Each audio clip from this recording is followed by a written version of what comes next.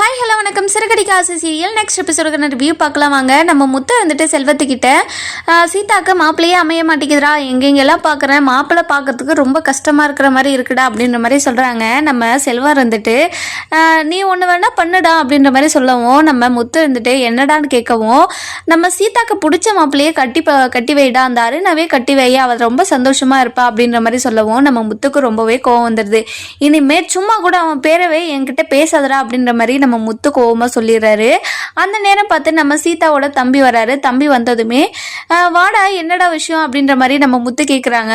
நான் உங்க கூட தனியா பேசணும் மாமா அப்படின்ற மாதிரி நம்ம சீதாவோட தம்பி சொல்லவும், சரி வாடா பேசலாம் அப்படின்ற மாதிரி நம்ம முத்து சொல்லிட்டு கூப்பிட்டு போறாரு. நம்ம சீதாவோட தம்பி இருந்துட்டு, சீதா இது வரைக்கும் ஒரு விஷயத்த கூட ஆசைப்பட்டு கேட்டதில்லை, முறையா ஒரே ஒரு விஷயத்த தான் கேட்டிருக்கா, அதுவும் அந்த அருணை மட்டும்தான் கேட்டிருக்கா, முறை ஆசைப்பட்டு கேட்கறத எங்களால் செய்யாமல் இருக்க முடியல மாமா, உங்கள் சம்மதம் இருந்தால் மட்டும்தான் இந்த விஷயம் நடக்கும், ப்ளீஸ் மாமா அப்படின்ற மாதிரி சொல்லவும், நம்ம முத்துக்கு இருந்துட்டு ஒரு நிமிஷம் பார்க்குறாரு. ஆனால் அந்த மாப்பிள்ளைய வந்து முத்துக்கு பிடிக்காதால முத்து வந்து வேண்டாடா, நீ வந்து சின்ன பையன், உனக்கு எதுவுமே தெரியாது அப்படின்ற மாதிரி சொல்லி நம்ம சீதாவோட தம்பியை வந்து சமாதானப்படுத்துகிறாங்க. ஆனால் சீதாவோட தம்பி இருந்துட்டு, இங்கே பாருங்க மாமா, அவளுக்கு பிடிச்ச வாழ்க்கையை அமைச்சு கொடுத்தா கண்டிப்பாக அவள் சந்தோஷமாக இருப்பா, இதுக்கு மேலே உங்களோட இஷ்டம் மாமா அப்படின்ற மாதிரி சொல்லிட்டு சீதாவோட தம்பி வந்து கிளம்பிடுறாரு. அதுக்கப்புறம் நம்ம முத்து இருந்துட்டு கொஞ்ச நேரம் உட்காந்து யோசிச்சுட்டே இருக்காரு. நம்ம சீதா இருந்துட்டு அருணை பத்தி ஞாபகம் ரொம்பவே அதிகமா சீதாக்கு வந்துட்டே இருக்கு.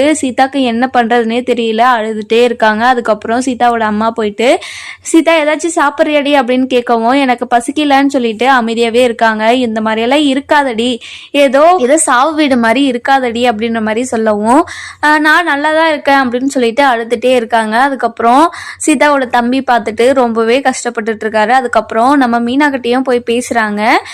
அக்கா இங்க பாருங்க அக்கா, சீதா முதல்ல ஆசைப்பட்டு கேட்ட விஷயம் இது மட்டும்தான்க்கா, மாமாவை எப்படியாவது சம்மதிக்க வைக்கா அப்படின்ற மாதிரி நம்ம மீனா கிட்ட சொல்றாங்க.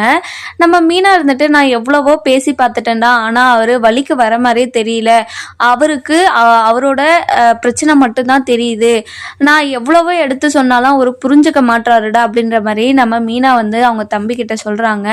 அவங்க தம்பி இருந்துட்டு, மாமாவை கொஞ்சம் கொஞ்சமா புரிஞ்சுப்பாருக்கா, நீங்க புரிய வைங்க அப்படின்ற மாதிரி நம்ம சீதாவோட தம்பி இருந்துட்டு சொல்லிட்டு கிளம்பிடுறாரு. அதுக்கப்புறம் மீனா இருந்துட்டு யோசிக்கிறாங்க. அதுக்கப்புறம் என்ன, நம்ம மீனா இருந்துட்டு முத்துக்கிட்ட போய் பேசுறாங்க.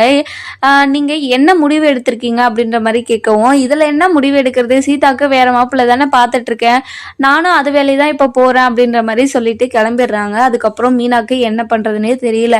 அதுக்கப்புறம் பூ போட போயிடுறாங்க. ஒரு பக்கம் மனோஜ் இருந்துட்டு, நம்ம ரோகிணி வந்து என்னை விட்டு போயிடுவாளோ அப்படின்னு சொல்லிட்டு ரொம்பவே யோசிச்சுட்டே இருக்காங்க.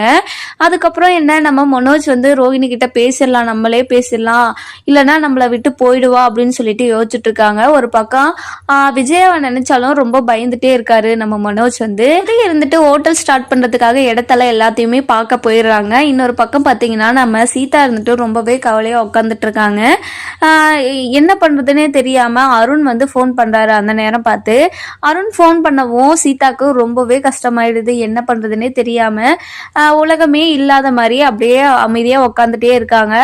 அதுக்கப்புறம் இந்த உலகத்துல வாழவே கூடாது அப்படின்ற மாதிரி முடிவு எடுத்துடுறாங்க. அதுக்கப்புறம் டேப்லெட் எல்லாம் அதிகமா சாப்பிட்டு மயங்கி விழுந்துடுறாங்க. அதுக்கப்புறம் நம்ம சீதாவோட அம்மா இருந்துட்டு, இன்னும் சாப்பிடாமே இருக்காளே அப்படின்னு சொல்லிட்டு சாப்பிட வைக்கலான்னு சொல்லிட்டு சாப்பிட கூப்பிடலான்னு சொல்லிட்டு போறாங்க. சீதான்னு கூப்பிடவும் சீதா வந்து எதுவுமே ரெஸ்பான்ஸ் பண்ண மாட்டாங்க. அதை பார்த்து சீதாவோட அம்மா இருந்துட்டு ரொம்பவே பதட்டமா சீதான்னு கத்தவும், சீதா என்னமோ பண்ணிக்கினா அப்படின்னு சொல்லிட்டு யோசிக்கிறாங்க. அதுக்கப்புறம் மீனாக்கு கால் பண்ணி விஷயத்த சொல்றாங்க.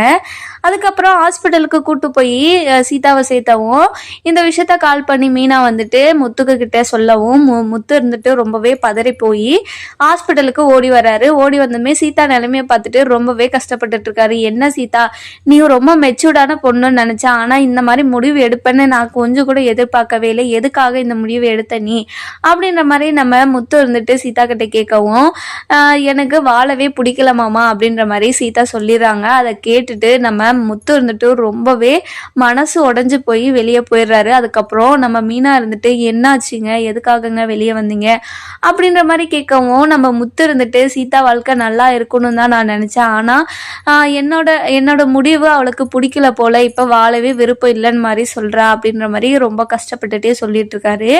அதுக்கப்புறம் நம்ம முத்து இருந்துட்டு அருணை வந்து சீதாக்கு கல்யாணம் பண்ணி வைப்பாரா மாட்டாரான்னு சொல்லிட்டு நம்ம வர எபிசோட்ல பார்க்கலாம். இந்த வீடியோ உங்களுக்கு பிடிச்சிருந்தா லைக் பண்ணுங்க, சப்ஸ்கிரைப் பண்ணுங்க, மறக்காம பெல் ஐகானையும் கிளிக் பண்ணிக்கோங்க.